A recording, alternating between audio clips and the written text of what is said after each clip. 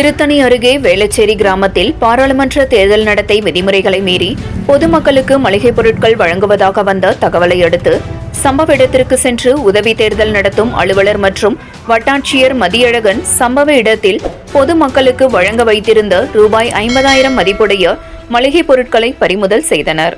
திருவள்ளூர் மாவட்டம் அரக்கோணம் பாராளுமன்ற தொகுதிக்கு உட்பட்ட திருத்தணி சட்டமன்ற தொகுதியில் பாராளுமன்ற தேர்தல் நடத்தை விதிமுறைகளை மீறி பொதுமக்களுக்கு மளிகைப் பொருட்களை வழங்கி வருவதாக வேளச்சேரி கிராமத்தில் ஒரு கோவில் அருகில் வழங்கி வருவதாக திருத்தணி வட்டாட்சியர் உதவி தேர்தல் நடத்தும் அலுவலர் மதியழகனுக்கு ரகசிய தகவல் வந்தது.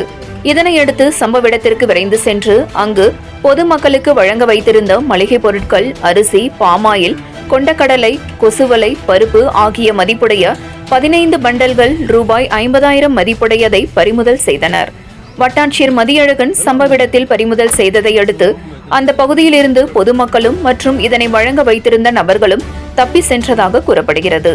இந்த பறிமுதல் செய்யப்பட்ட மளிகைப் பொருட்களை திருத்தணி வட்டாட்சியர் அலுவலகத்தில் காப்பகத்தில் வைத்துள்ளனர்.